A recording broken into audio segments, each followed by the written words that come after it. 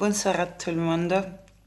Alors, je voulais faire cette vidéo pour partager cette réflexion en cours et il me semble qu'après une phase de puissante éveil, réflexion, exploration du féminin, que c'est carrément encore en cours. On est, je pense, loin d'être fini dans tous les sens. Et c'est beau. Voilà, ça laisse du marge pour expansion et c'est beau. Par contre, il me semble qu'il y était dans les dernières années une sorte de dominante de ce thème. Je suis en train de dire, je crois, décisive, comment poser des fondements autres de comment on était conditionné de fonctionner et d'être, en fait. Donc le féminin a dû récupérer, on va dire, sa place de centre, de fondement en quelque part, de tout dynamisme, de toute action.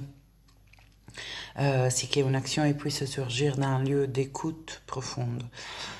Pour qu'il y ait un peu nouveau de tout cet langage-là, je vais faire un petit résumé de là où j'en suis dans ma compréhension de traits, on va dire des qualités fondamentales du féminin sacré et du masculin sacré. Ou du féminin et du masculin, on va dire, alignés. Donc, certaines qualités essentielles du féminin sont la douceur, la lenteur, donc il y a un rythme plus lente qui se rapproche plutôt du domaine des lettres plutôt que du faire. Et aussi la capacité de compassion, donc de inclure avec amour toute chose. Et ça commence à l'intérieur de nous, hein, cette capacité d'embrasser, d'enlacer avec un oui.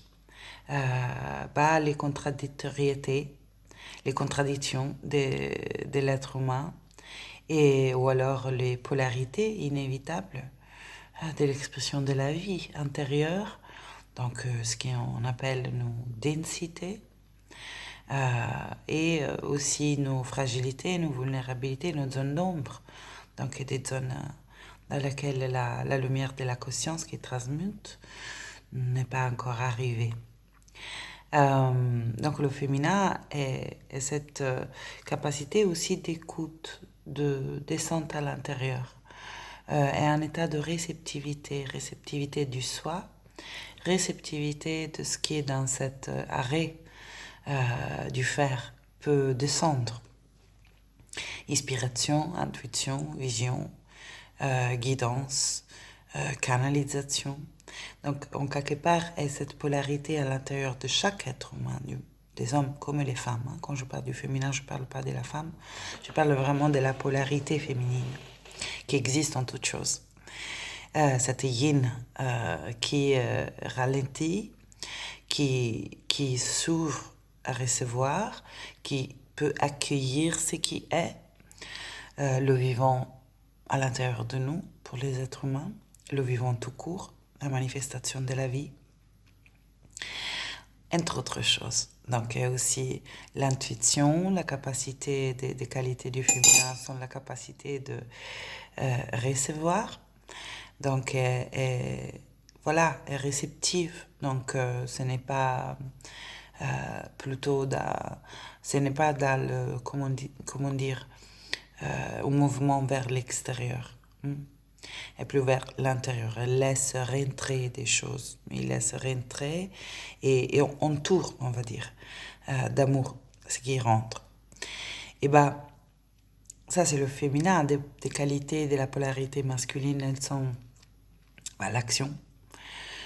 Donc le faire, l'action juste. Quand on parle du masculin aligné, l'action juste. Qu'est-ce que ça veut dire l'action juste? Pour moi, est une action qui surgit dans l'écoute de son féminin.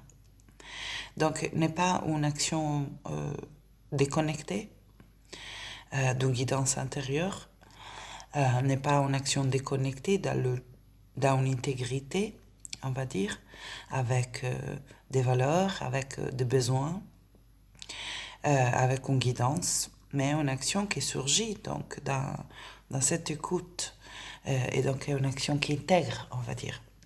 ce qui existe à l'intérieur et qui le traduit après dans la matière, dans un acte concret.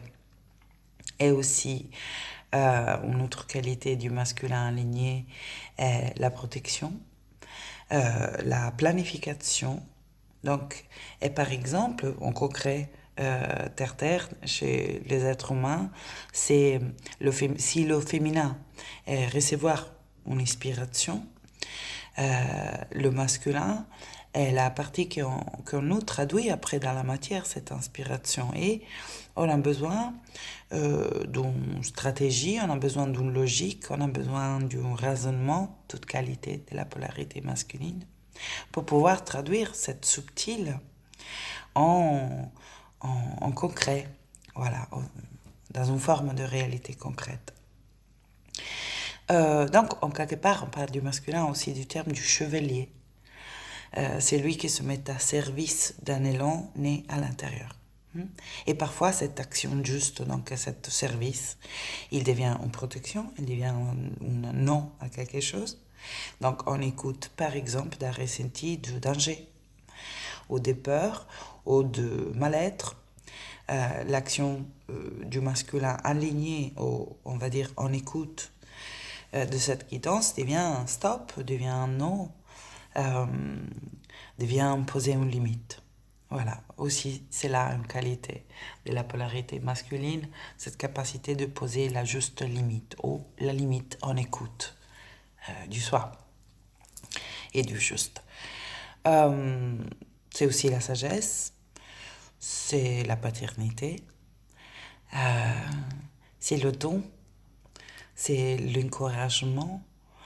Donc vous voyez comme je pense qu'après avoir vécu cette phase de résurgence du féminin aligné ou du féminin sacré chez les hommes et les femmes, qui s'est traduit dans une tendance, on va dire, d'un élan à le ralentissement, à l'écoute intérieure, à l'écoute subtile aussi, d'une guidance qui nous relie à quelque chose de plus vaste que nous.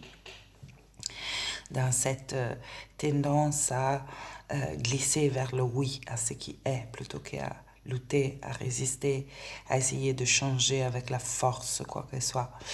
Voilà, c'est là, il me semble, en train vraiment d'être l'expérience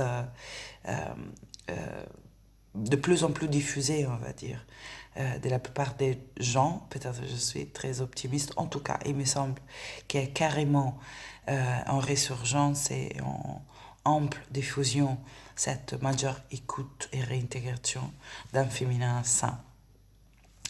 Et en même temps, on glisse aussi vers une phase où on commence à identifier donc un chevalier, une action plus juste. L'exemple d'une majeure attention à la terre, à faire des choix un peu plus conscients. Ça, choix est aussi une des qualités du masculin. Choisir le choix, l'axe, l'intégrité. Et donc, il me semble que doucement, au vite, cet masculin est en train aussi d'émerger.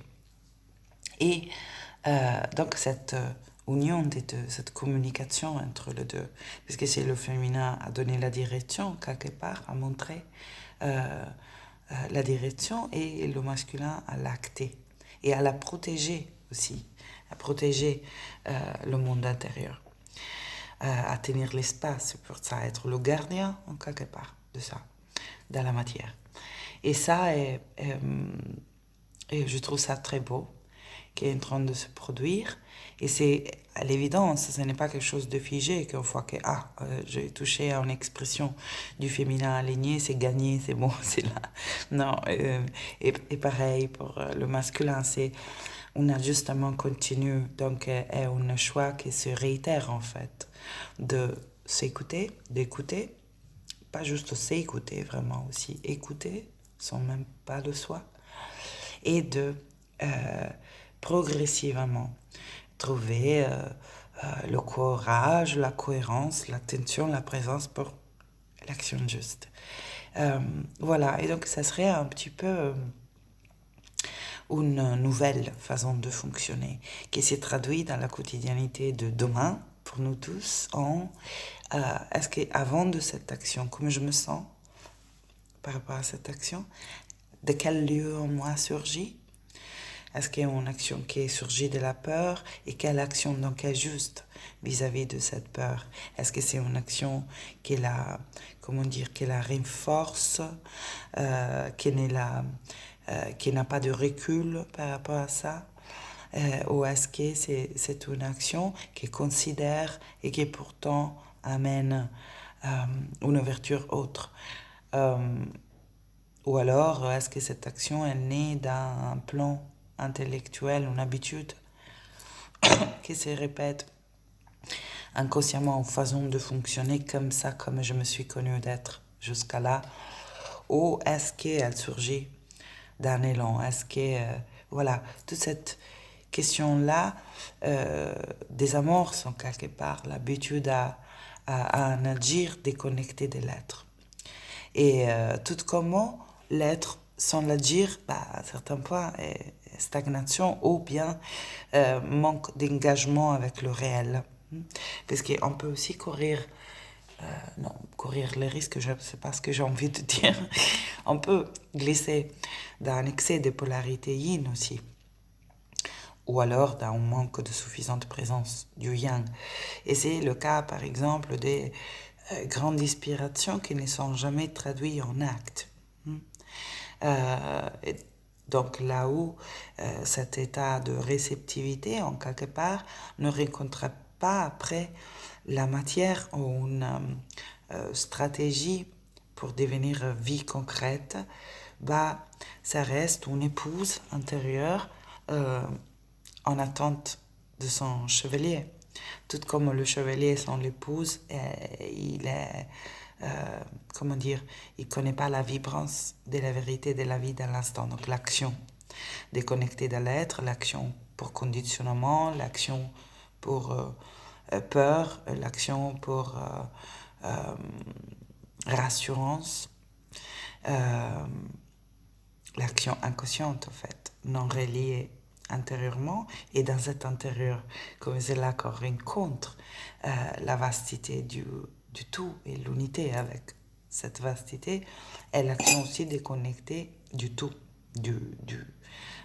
ouais.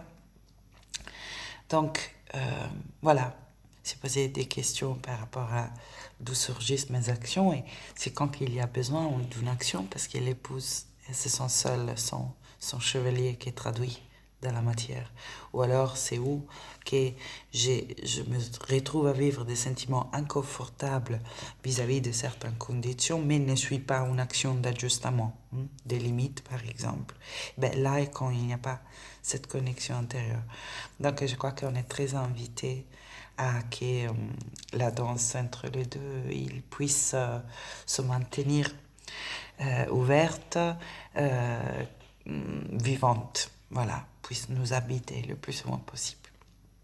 Merci pour votre attention. Une belle soirée à tout le monde.